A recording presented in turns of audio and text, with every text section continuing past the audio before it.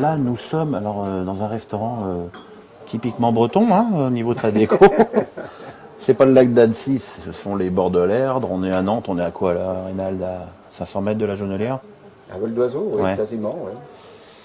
Et donc aujourd'hui, tu es le consultant de Canal pour tout ce qui est Espagne. Et tous les gens qui regardent les matchs espagnols sur les chaînes de Canal se régalent de tes commentaires. Ça fait plaisir de pouvoir discuter un petit peu avec toi. Mais avant de parler du foot espagnol, pourquoi t'es plus entraîneur? Bon, c'est l'envie, tout simplement, qui est pas suffisante. Quand on ne trouve pas les conditions pour y aller sans réfléchir, quand on réfléchit de trop, c'est qu'il ne faut pas y aller. Donc c'est aussi simple que ça. J'ai eu pas mal d'occasions. T'as eu pas mal d'occasions depuis la Real Ah oui, Sociedad, oui. là, depuis Ah 4 oui, ans, oui. Ah oui, 4-5 oui, ans, on là. a eu pas mal. Oui. Ouais. Et rien qui te... Non.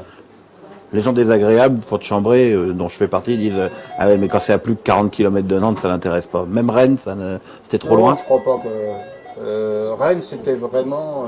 Je pense que quand je suis allé les rencontrer, je pensais bien que ça allait se faire. Ouais. Et Lyon? Non, là, je crois que par rapport à la sensation, j'ai très rapidement senti que ça allait pas se faire. À ton niveau ou au leur?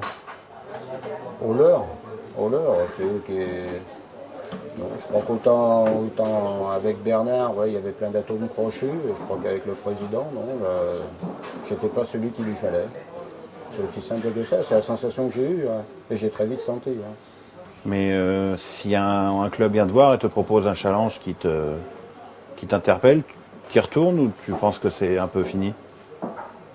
Non, moi, c'est les gens, effectivement. C'est vraiment avec le président d'abord, parce que c'est le personnage le plus important d'un club, mais ensuite, ceux avec qui je vais travailler, je sens que ça passe, là, j'irai sans hésiter. Challenge, je suis parti à la Real, j'aurais peut-être bien pu me retrouver en seconde division espagnole, hein, c'était pas gagné. Quand le premier contact que j'ai eu avec eux, parce qu'ils étaient en janvier et que la saison se terminait au mois de mai, c'était un long chemin de croix. On est là, donc tout près de la Jonelière, donc tout près du FC Nantes. On peut pas dire que depuis que tu es quitté ce club, enfin depuis que tu as été viré d'ailleurs, appelons un chat un chat, on peut pas dire que les résultats du club aient été en s'améliorant. En clair, le truc c'est ouais, De Noex, il parle jamais. Après il y a eu Angel Marcos qui parlait tout le temps. Et puis finalement, le club n'a cessé de dégringoler. Il est tombé en Ligue 2. Aujourd'hui, il joue sa survie à chaque match, avec un style de jeu bien éloigné de ce que les amoureux du FC Nantes peuvent considérer comme le jeu nantes. Comment tu vis la situation du FC Nantes? Ben, comme tu l'as dit, hein, je me suis fait virer. Je suis parti rapidement à la Real. 6 mois après, mais un mois après, j'étais chez eux à discuter. Donc je me suis projeté, j'ai vécu là-dedans. Et paradoxalement, ça s'est vraiment, Nantes, ça s'est effacé. Ça s'est effacé. Aujourd'hui aussi, peut-être parce que je suis plus souvent en Espagne, que j'ai l'occasion d'avoir des stades, de rencontrer des gens que j'ai côtoyés là-bas.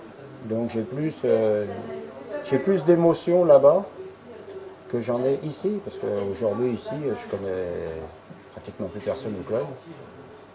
Je vois très très rarement des matchs, donc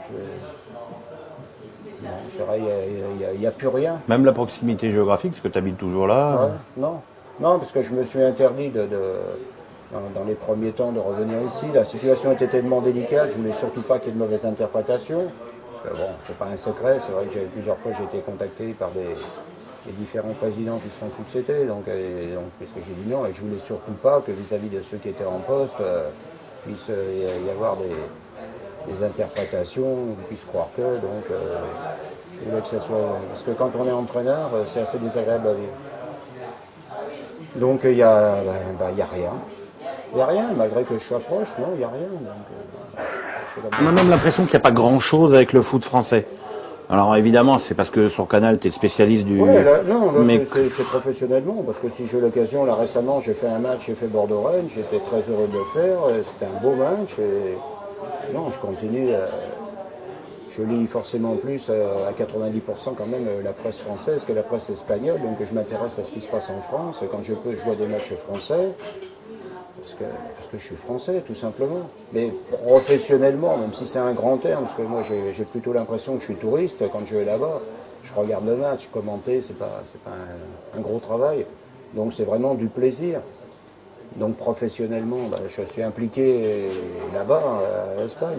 Et c'est vrai que le foot français, je le suis, j'en discute souvent, parce que j'ai l'occasion de discuter souvent avec des gens qui sont dans le foot français. Et à Canal, on fait le foot français aussi. Et tu l'analyses comment, le foot français, dans sa globalité? Ouais, je crois que où on a le plus de retard, c'est par rapport, on peut dire, à la mentalité, par rapport à...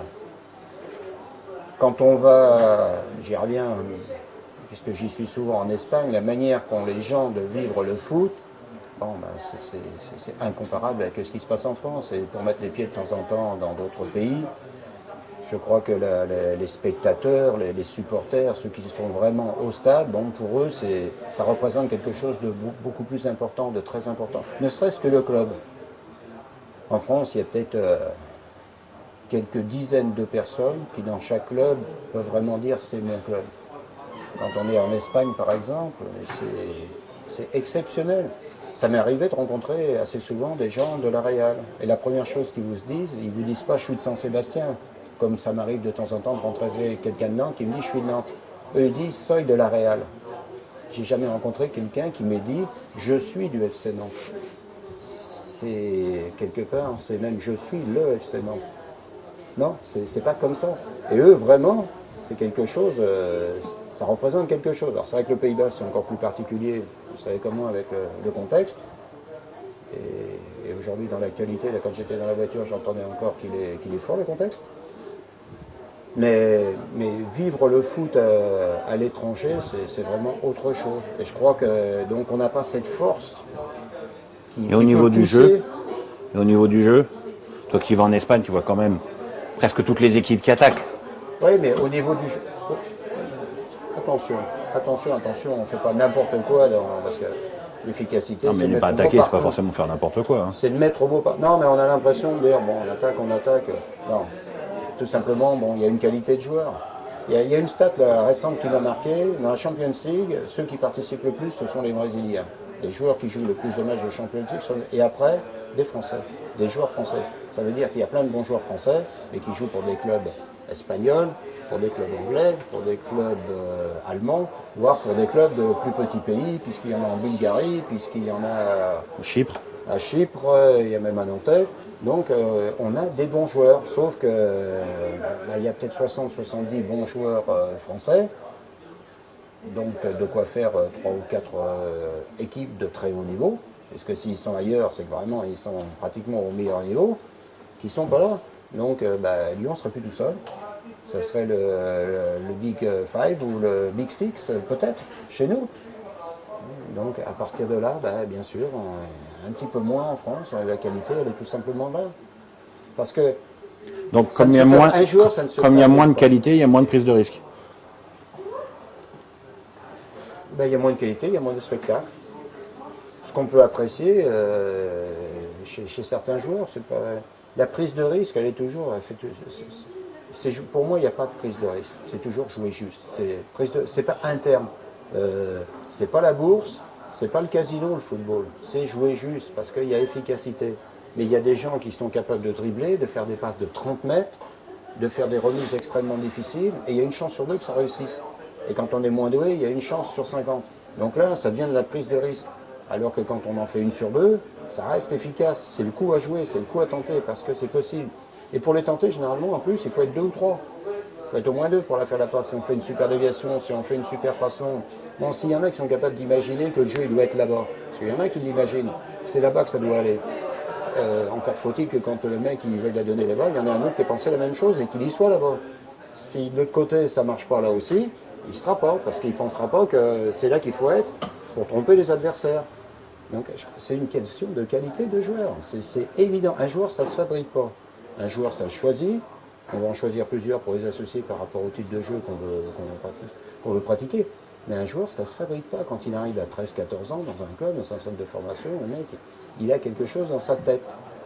de l'imagination, il a une certaine, il est capable d'anticiper sur des coups, il est capable de voir des actions. Il y en a qui sont capables de les voir, d'autres pas. Ceux qui sont capables de les voir, c'est les meilleurs. Et ça se fabrique pas. C'est pas un entraîneur qui met ça dans la tête d'un môme, c'est pas vrai. Un entraîneur, après, avec deux comme ça, il peut leur dire, bon, on va voir comment on va essayer que ça fonctionne entre les deux. On va établir la liaison, puis on va même, au lieu qu'elle soit à bas débit, elle va être à haut débit. Oui, ça on peut en tant qu'entraîneur. Mais le mec, on le repère, un petit peu l'améliorer, un petit peu. Et surtout, il nous aide à améliorer l'équipe. Et on l'associe à un autre. Ça, c'est le boulot de l'entraîneur. Avec des principes de jeu qui font qu'ils se comprennent encore mieux.